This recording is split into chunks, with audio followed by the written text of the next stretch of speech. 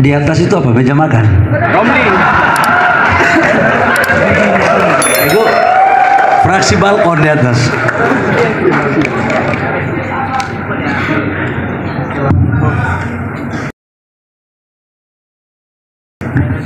Bismillahirrahmanirrahim. Assalamualaikum warahmatullahi wabarakatuh. Salam sejahtera untuk kita semua.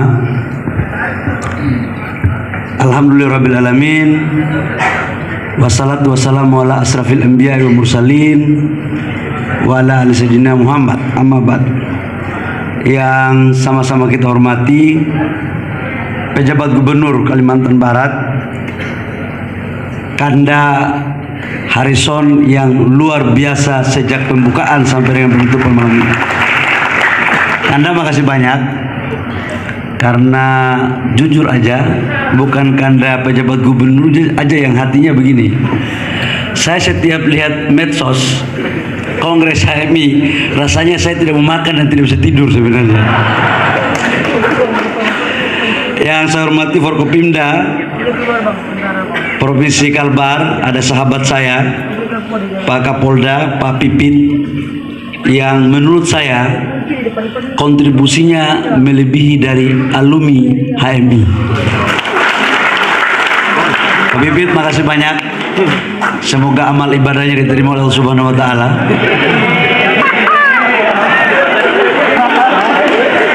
Hati-hati, Pak Pipit ini angkatan 94 yang bintang 2 di polisi itu baru 2 orang, abang sama Pak Royke ya, sudah 10. Tapi ada bintang 2 yang bintangnya agak sedikit mawarnya bagus karena disiram. Ada bintang 2-nya yang mawarnya agak redup karena jarang kena matahari. Nah, biasanya bintang 2 yang mekar itu tergantung dari seberapa banyak disiram dan seberapa banyak sinar matahari mengenarinya. Dan Pak Pipit hari ini sudah pada jalan yang tepat untuk menemui adik-adik karena mereka matahari dari Aceh sampai Papua.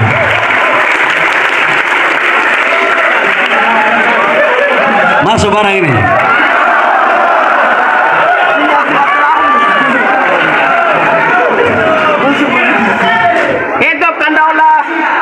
Pak Wali Kota Pontianak yang saya hormati, ini juga alumni HMI, kemudian Pak Bupati Kuburaya, yang saya hormati Ketua Umum PBHMI periode 2021-2023 Adinda Rehan. Adinda Rehan ini waktu pertama terpilih di Surabaya, saya ikut mengasistensi untuk terpilih.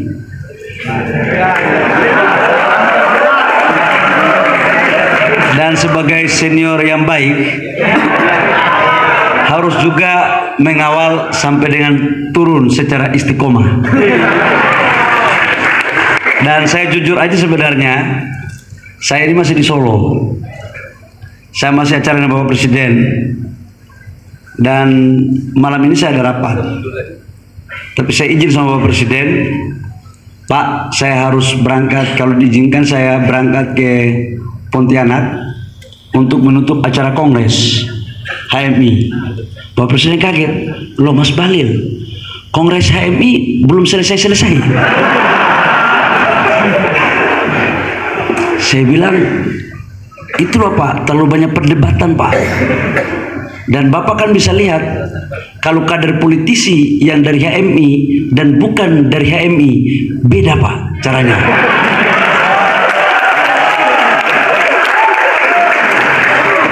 Dan saya sampaikan kepada beliau, ada arahan Pak. Bapak Presiden, salam hormat untuk semua adik-adiknya katanya yang ada di rumah. Nina Rehan, selamat ya, udah selesai ya. Ya nilai kau nggak 9 juga lah, karena saya lihat kongresnya ada ring tinju yang disiapkan oleh handap soalnya. Yang saya hormati Ketua Umum PBHMI terpilih sebagai Ketua Formatur Adinda Bagas yang luar biasa. Adinda Bagas, selamat ya. Tapi saya ingin menyampaikan, saya ini kan pernah menjadi calon Ketua Umum yang kalah dan juga pernah menjadi calon Ketua Umum yang menang. Saya pernah, ini bagi adik-adik saya yang belum diberikan amanah oleh Allah. Saya cerita sedikit. Saya pernah berkompetisi di Munas AMPI tahun 2010. Waktu itu saya jadi bendahara Golkar di Provinsi Papua dan menjadi Ketua Umum HIPMI di BPD HIPMI Papua.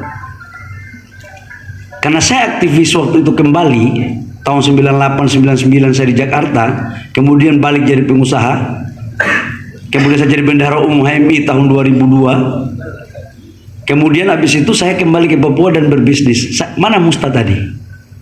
Musta ini adalah wakil bendahara umum PBHMI di saat saya jadi bendahara umum PBHMI. Jadi memang kerjaannya Musta itu kumpul-kumpul logistik dari dulu. Tapi kalau setoran masuk dari senior 1 juta, laporan kepada bendahara umum 600.000.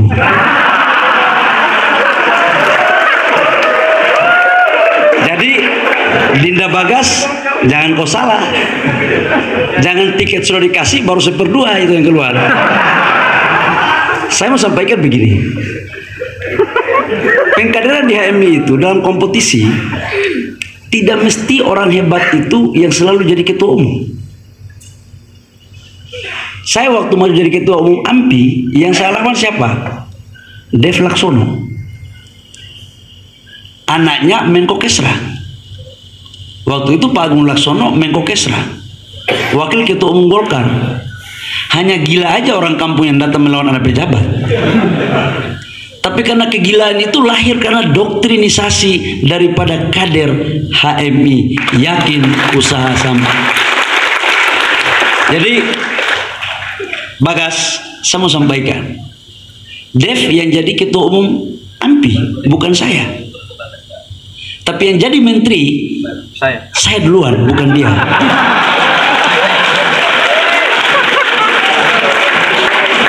Artinya apa?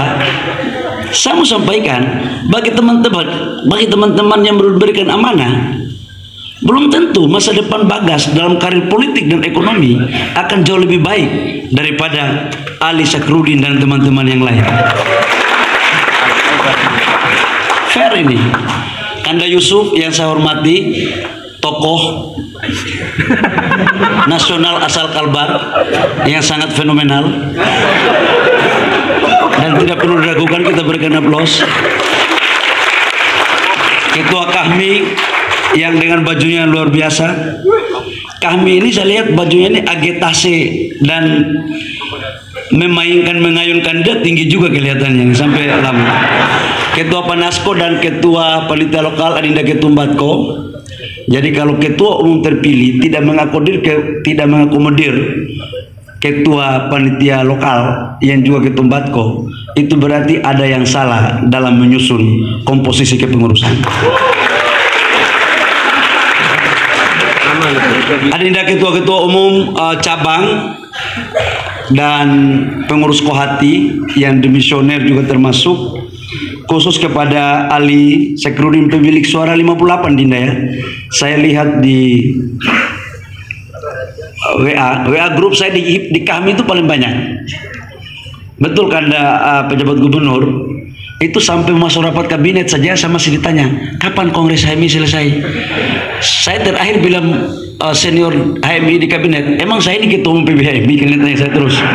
Saking dongkolnya saya kan gitu.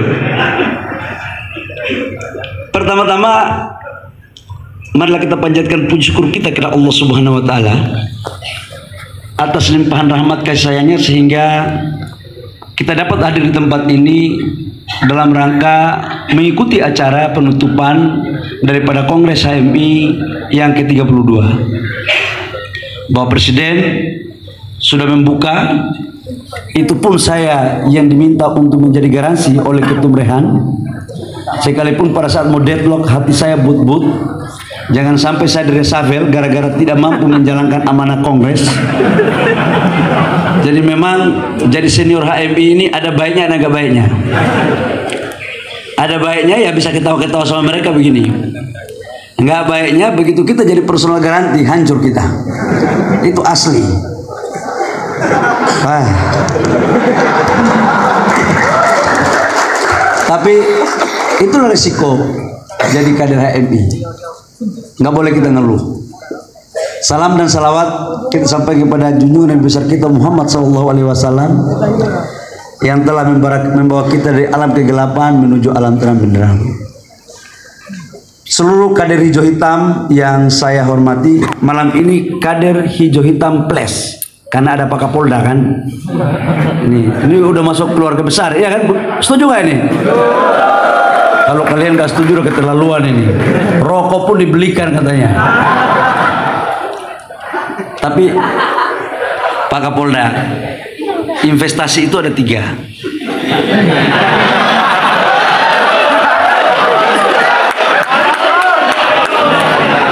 Ada investasi ekonomi, itu nilainya bisa diukur. Kalau investasi ekonomi itu bisa rugi dan bisa untung, tergantung daripada manajemen. Ada yang kedua namanya investasi akhirat. Investasi akhirat ini dunia kita tidak dapat, tapi Allah menjanjikan itu semuanya. Karena kalau ada 8 pintu surga, salah satu jembatan menuju surga itu adalah sedekah.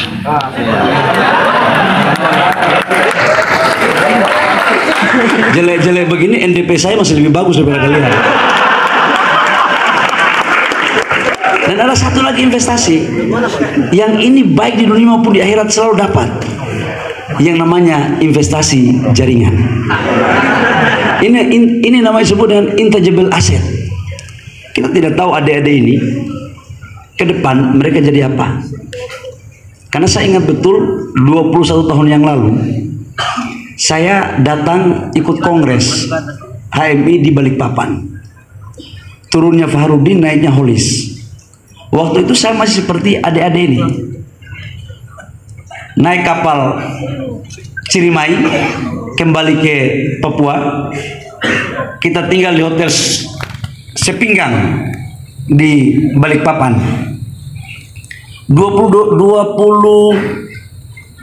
tahun 2001, berarti 22 tahun ya.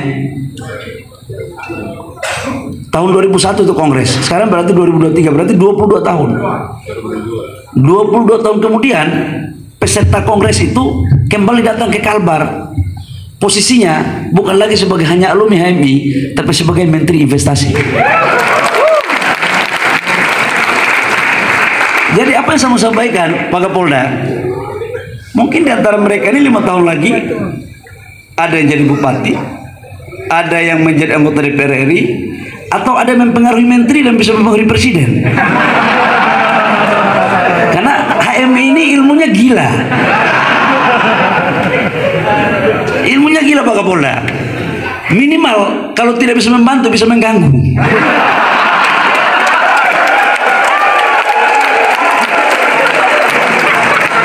Jadi udah betul ini. Udah betul ini. Udah betul ini barang. Saya lanjut. Teman-teman semua, saya itu di HMI itu seperti ibu kandung kedua saya. Dan HMI menurut saya adalah ibu kandung ideologis. Kenapa saya katakan ibu kandung ideologis? Karena HMI dimaknai bukan hanya sebagai organisasi ekstra universiter yang menambah kemampuan intelektual bagi kaum akademis, tapi juga HMI ini disimplifikasikan. Kepanjangan HMI itu adalah harapan masyarakat Indonesia. Inilah yang membedakan kita dengan organisasi lain. Karena dalam HMI ada NDP, Dalam hal ini ada mission, ada tujuan. Dan tujuan kita adalah terbinanya insan akademis, pencipta pengabdi yang bernafaskan Islam atas dasar referensi yang dibangun oleh Lavran Pane dan doktrin dan NDP tentang insan kamil yang dibangun oleh Cak Nur. Kemudian saya melihat dalam perkembangan dinamika organisasi, kita telah keluar melenceng dari nilai-nilai itu. HMI Forum Kongres tidak lagi dijadikan sebagai perdebatan-perdebatan intelektual. Norma etik sebagai referensi utama tidak lagi dijadikan sebagai rujukan utama. Dan itulah yang menjadi introspeksi kita. Mungkin itu juga salah saya waktu saya memainkan di Kongres untuk membuat deadlock atau interupsi sampai meja dan kursi berjalan. Tapi teman-teman semua, saya hanya ingin menyampaikan kepada pengurus yang baru, kalau boleh, biarlah perdebatan intelektual itu terjadi di ruang forum Kongres. Kita sudah harus menyudahi dinamika tarik-menarik gesekan politik di luar Kongres, di luar forum Kongres.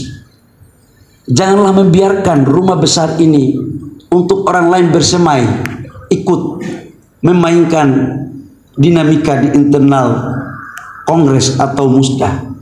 Karena yang tahu mazhab, kelaziman, permainan di HMI hanyalah kader-kader HMI.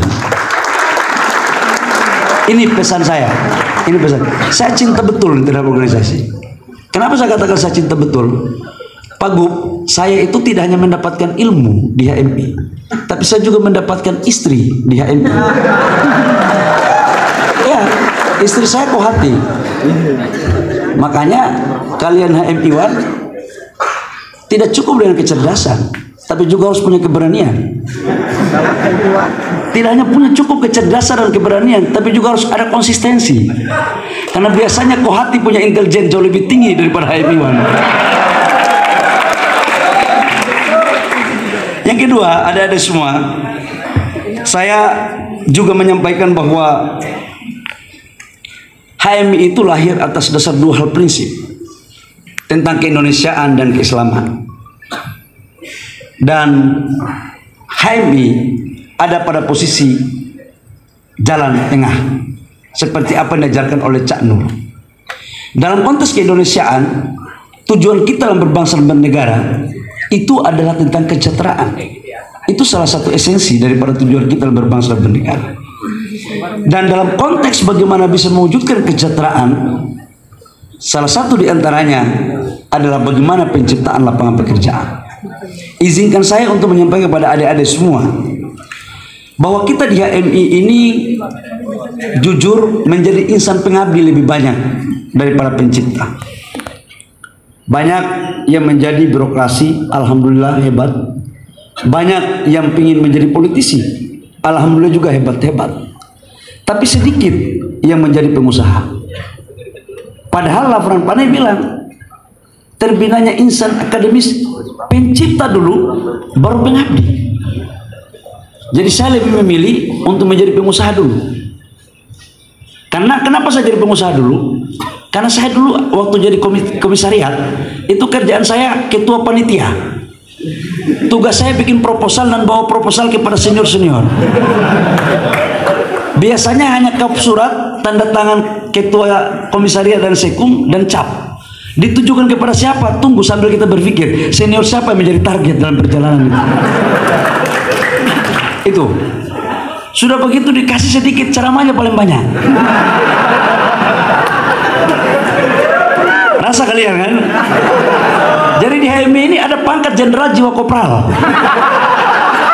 Dan ada pangkat kopral jiwa jenderal. Dan diartikan oleh adik-adik ini, senior mana yang paling setoran banyak, dia paten. Ini kacau memang adik-adik gue ini memang. Padahal nggak begitu deh, nggak begitu. Senior itu tidak semua punya kemampuan ekonomi, tapi mereka punya kemampuan intelektual. Ada standar-standar etik, standar nilai, itu yang kalian harus belajar. Jangan ikut saya.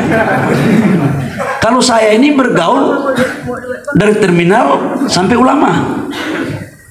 Saya kan sejak SMP udah kondektur angkot.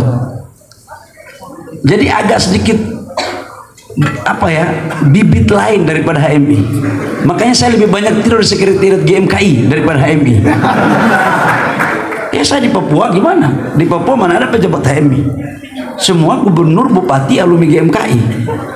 Tapi bagaimana caranya saya menaklukkan mereka agar HMI punya pikiran masuk daripada alumni GMKI? Saya tidur di sekretariat GMKI. Itu kan strata kan, strata. Nah itu yang saya maksudkan Pak Pipit, bahwa sekalipun mereka tidak jadi pejabat, tapi mereka mampu mempengaruhi pejabat. Itu yang susah republik ini. Nah dalam konteks teman-teman, ini tahun politik. Ini investasi kita akan tetap kita dorong. Karena kalau investasi kita tidak dorong, penciptaan lapangan pekerjaan susah. Kita dorong kepada sektor hilirisasi. Dan hilirisasi ini tidak hanya pada konteks bagaimana memberikan nilai tambah. Saya memberikan contoh. Pak Gub waktu Pak Presiden, Pak Pipit ini kebetulan sebelum jadi Kapolda di Barreskrim, ini satu tim sama saya. Ketua anggota Satgas. Saya ketua Satgas yang diberikan tanggung jawab kepada Presiden untuk mencabut iup-iup. Jadi bayangkan saya disuruh mencabut 2078 iup yang tidak jalan. Kami juga disuruh mencabut 3 juta hektar konsesi areal-areal HPH, HTI, HGU yang tidak jalan. Begitu kami cabut, dan kami juga disuruh untuk menyetop ekspor ore nikel pada tahun 2019. Itu yang demo saya hampir tiap hari. Kemudian saya cek siapa yang demo saya. Saya turun, saya mau kerja pagi susah sekali. Toa kalau sudah mobil komando sudah jalan cuma 30 orang, tapi menghadap ke kantor semua. Di ruang kerja saya itu di sampingnya itu ada jalan utama kan, ribut melulu. Satu ketika saya turun, ada apa deh? Demo, ada apa ini barang? Setelah saya turun cek, yang demo saya anak-anak HMI juga. Saya bilang aduh Tuhan, nasib. Padahal dulu saya demo juga, bukan nggak demo, tapi demonya ada substansinya gitu loh. Yang terakhir, Bang, kita cari abang susah. Terus deh, maksudnya kalau kami tidak begini, abang tidak temui kami. Langsung aja, pokok masalahnya apa? Bang, ada kami belum selesai kuliah, kami mau pulang daerah. Saya bilang kurang ajar, ngomong aja kenapa harus kalian teriak-teriak ke kantor gua. Dan itu terus saya hadapi gitu. Saya bilang, ya makanya hati-hati tukang demo ya. Kamu jadi pejabat pasti di demo oleh junior-junior kalian. Ini saya udah ini kesaksian ini. Makanya ada, ya itulah. Tapi itu bagian kalian lah, nggak boleh saya ngomong lain. Itu yang kita akan melakukan distribusi lahan, kita akan melakukan investasi, kita akan bangun hilirisasi. Dan sekarang investasi kita alhamdulillah bagus. Di tahun 2022 investasi kita 1.207 triliun, dan sekarang kita dikasih target 1.400 triliun, insya Allah tercapai. Dan di 2024 tahun politik kita diberikan target kurang lebih sekitar 1.650 triliun. Itu juga insya Allah kita akan berjuang untuk untuk bisa tercapai. Karena bagi saya sebenarnya ilmu mengelola negara ini sebenarnya lebih susah menjadi ketua umum Batko daripada mengurus investasi. Iya, karena investasi itu ilmu olah-olah semua. Lobby. Saya sampai dibilang, saya kan sekolah nggak di luar negeri. Kepala BKPM dulu itu sekolahnya minimal Harvard. Kalau nggak di UI, ya kalau di UI itu Mahendra, Hatip Basri, Tom Lembong kemarin kuliah di Harvard. Kemudian Lutfi, rata-rata orang kuliah di luar negeri. Saya kuliahnya di Google pun nggak ada. S1 saya itu Pak Pipit, itu di Jayapura, Setie, sekolah tidak ijazah ada. Gitu. Tapi saya sampaikan, ada kampus saya yang mengalahkan Harvard. Apa itu? Yang namanya kampus himpunan mahasiswa Islam. Saya bilang sekalipun bahasa Inggris patah-patah lah kira-kira begitu kan. Ya kita muka hitam kayak saya mana ada face untuk bisa berdiplomasi sama luar negeri. Tapi begitu 6 bulan persoalan ilmu membaca karakter orang dan olah mengolah dalam forum ini kan ilmu HMI. Saya mau cerita satu ketika G20, ini G20, ini kumpulah menteri-menteri ekonomi investasi 20 negara terbesar, Amerika, Eropa, Korea dan macam-macam. Waktu itu kita memperjuangkan tentang hilirisasi. Kita kan dibawa ke WTO oleh Eropa, begitu menyetop ekspor ore nikel. Kita kalah dibawa ke WTO. Presiden perintahkan kepada saya, Mas Bahlil, bagaimana caranya di G20 ini agar Eropa dan negara-negara G20 mengakui sebagai bagian konsensus yang harus disepakati. Saya bilang sama Presiden, apalagi perintahnya Pak, itu aja agar kita jangan dibawa ke WTO. Jawa punya loga toh. Oh siap, kita ini kan pembantu bos. Nayaka ini, kamu tahu Nayaka ini apa coba lambangnya? Ini dulu waktu kita di PBHMI ketemu sama senior menteri, rasanya paten kali di senior kan kira-kira injak tanah pun nggak nyampe lagi nih barang. Gagah sekali gitu. Padahal saya juga baru tahu 7 bulan lalu. Ini Nayaka ini ternyata namanya pembantu. Saya bilang kurang ajar, kalau saya tahu dari awal nggak pakai juga barang ini kira-kira. Nayaka itu pembantu presiden. Itu gagah-gagah aja ini barang kita pakai. Tapi dulu waktu dari Papua datang, kalau ketemu Bang Mahadi Sinambela datang ke PBHMI pakai mobil ajudan, waduh sur banget kita lihat, top kayak gak ada orang lain lagi gitu kan. Begitu kita pakai barang ini Bang Yusuf, rasanya kok biasa-biasa aja, nggak ada yang luar biasa. Tekor terus kalau ketemu sama adik-adik kira-kira begitu. Nah, waktu saya disuruh untuk memimpin itu, saya disuruh memimpin sidang. Negara-negara G7, negara-negara maju nggak mau untuk hilirisasi dijadikan sebagai konsensus, tidak mau semuanya. Karena Bang Zulkifli yang pimpin sidang, saya bilang sama Bang Zul, Bang, over ke sini. Kenapa Dinda? Over ke sini. Abang ini kan di HMI cuma komisariat. Over sini. Saya bilang sama dia. Bang Zul agak marah juga Bang Zul. Kau jangan gitu Dinda. Saya bilang Bang, abang ketuanya, saya wakil abang. Cuma di PBHMI saya bendahara umum. Saya ini legend. Abang ini cuma mungkin letnan 2 ini kan komisariat kira-kira begitu. Saya pimpin itu barang. Saya jelaskan kepada anggota G20. Saya katakan untuk mereka, tuan-tuan, laporan dari sekretariat G20 ada 2 pending isu yang kita belum sepakati. Isu yang lain sudah kita sepakati. Kita masuk pembahasan pada 2 isu saja, tentang kolaborasi dengan UMKM dan hilirisasi. Negara-negara maju itu maunya ekspor barang mentah terus supaya industri negara mereka jalan. Dan kalau kita menyetop industri mereka, kesusahan bahan baku. Sementara kita punya kepentingan harus ada nilai tambah. Maka ilmu HMI saya pakai. Saya katakan untuk mereka begini, terutama dari Inggris, dari UK. Saya bilang, tuan-tuan, negara-negara maju dalam G7 yang bagiannya termasuk dalamnya masuk dalam G20, dan dalam G20 ini sebagian negara-negara berkembang seperti Indonesia, India, Afrika, dan beberapa negara lain. Waktu kami kuliah, kami belajar referensi tentang revolusi industri dari negara tuan-tuan. Seperti Inggris pada abad 16 melarang ekspor wool sebagai bahan baku tekstil, dan kemudian Inggris merajai pada abad 16, abad 17, dan industri mereka kuat. Amerika pada abad 19 mengenakan pajak impor 45% progresif agar industri dalam negerinya kuat. Kemudian China pada tahun 80-an dia mempersilahkan semua investasi asing masuk, tapi FDI harus TKDN-nya 80%. Finlandia pada tahun 86 FDI masuk, investasi asing masuk hanya 20% untuk saham asing, selebihnya domestik.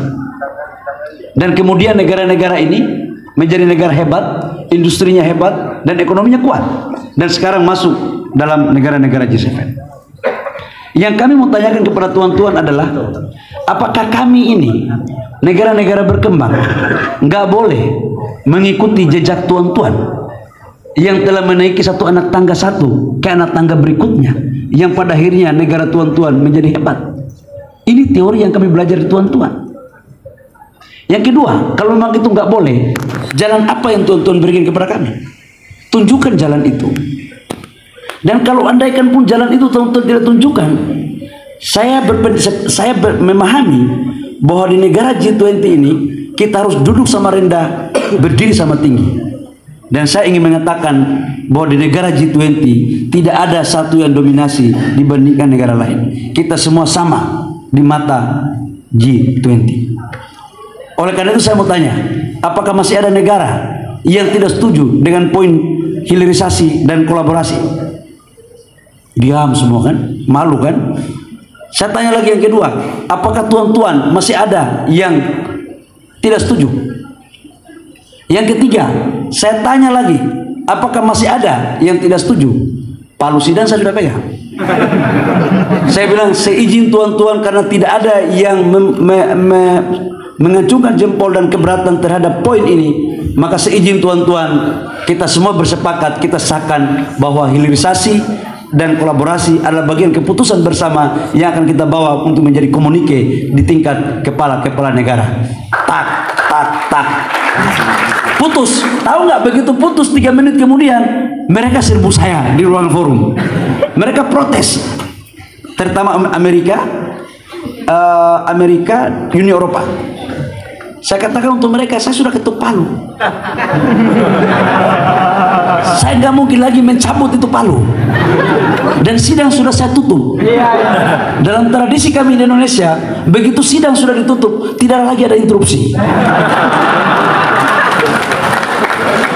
Dan artinya apa? Ilmu itu tidak ada di Harvard, cuma yang ada di HMI. Itulah kemudian saya ceritakan kenapa saya katakan bahwa HMI itulah kampus terbaik yang saya pernah belajar. Itu sedikit cerita untuk teman-teman. Makanya sekarang hilirisasi dan kolaborasi dengan UMKM sudah menjadi konsensus internasional, dan itu yang menjadi kemudahan bagi kita. Apa poin teman-teman saya mau sampaikan? Kalau jadi kader HMI, jangan lupa baca buku. Jangan cuma baca Google. Jangan cuma baca medsos. Kalian kalau cuma baca medsos, gampang diambangi oleh yang lain. Dulu waktu kami masih di HMI, biar sekolah di kampus kecil, perpustakaan tidak pernah sunyi. Dialektika terus terjadi. Jangan karena merasa ada mentor, terus lupa norma itu. Saya pikir itu sebagai pesan moral bagi saya, bagi kita semua, khususnya untuk saya dan untuk teman-teman. Saya yakin dalam pesta politik ini silakanlah memilih, karena hampir semua kader HMI yang jadi calon presiden. Ya, Mas Anies calon presiden, betul kan? Presidium kami, betul toh? Cuma dia MPO. Faktanya memang begitu kan, kira-kira. Pak Ganjar pasangan dengan Bang Mahfud. Bang Mahfud mantan ketua presidium, paten punya, profesor top, ya kan? Pak Prabowo sama Pak Gibran, dua-duanya bukan HMI, tapi otaknya dimasuki oleh orang-orang HMI.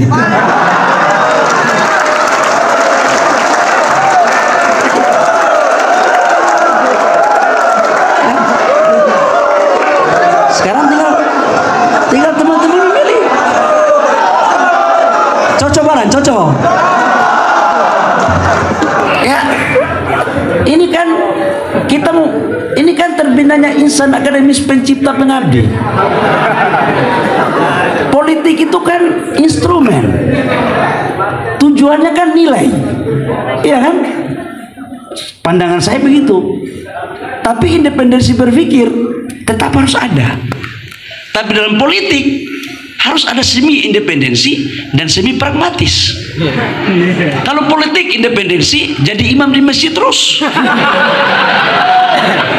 Jadi instruktur NDP terus. Tapi ada bagian lain yang harus diseringkan. Jadi tiga-tiganya bagus semua. Ya kan? Ada alumni HMI tapi cari susah. Ada alumni HMI yang cari susah juga tapi satu kali ketemu selesai soal. Itu.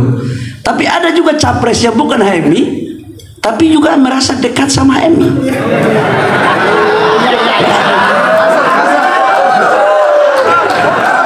Jadi dan urusan politik, adik-adik ini semua ketua-ketua cabang, apalagi paling ahli daripada anggota DPR.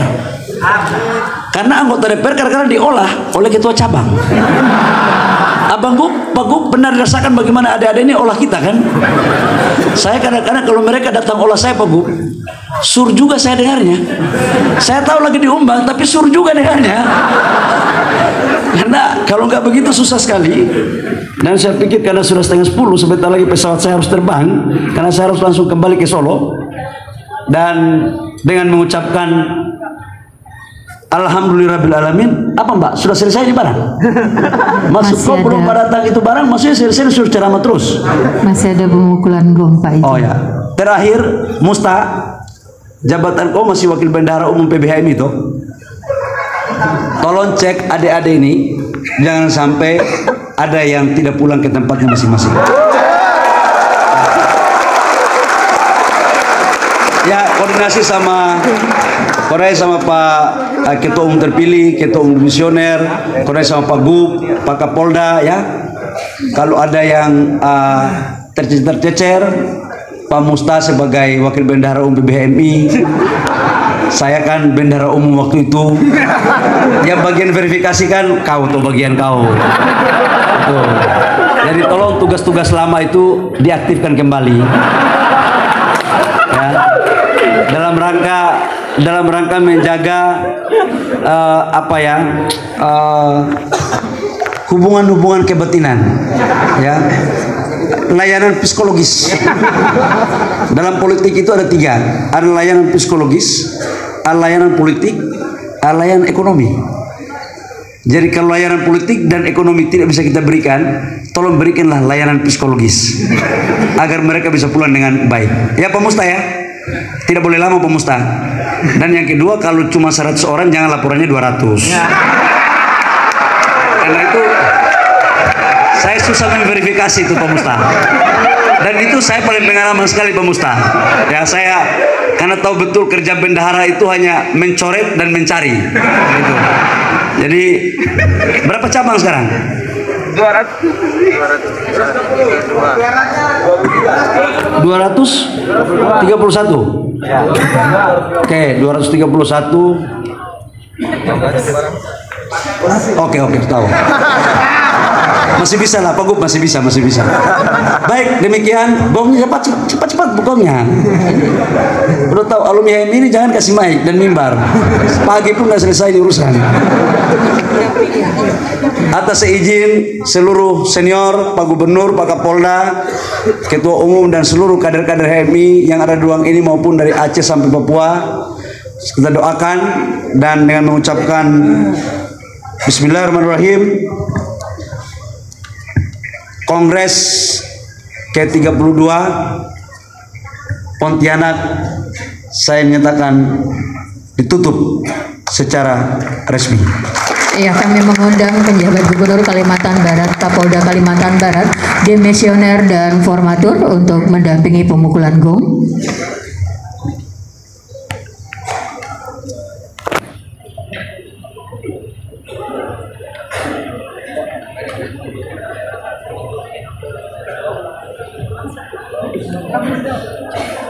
Mohon izin Pak Kapolda untuk mendampingi pemukulan gong.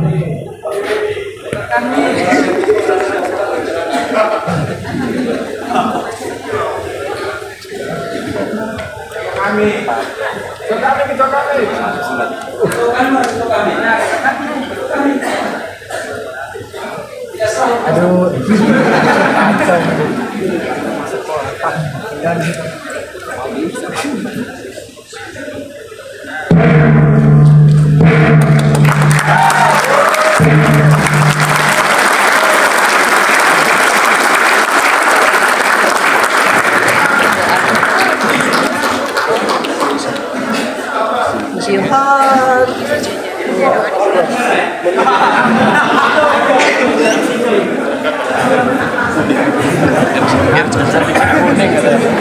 Dikira PDIP.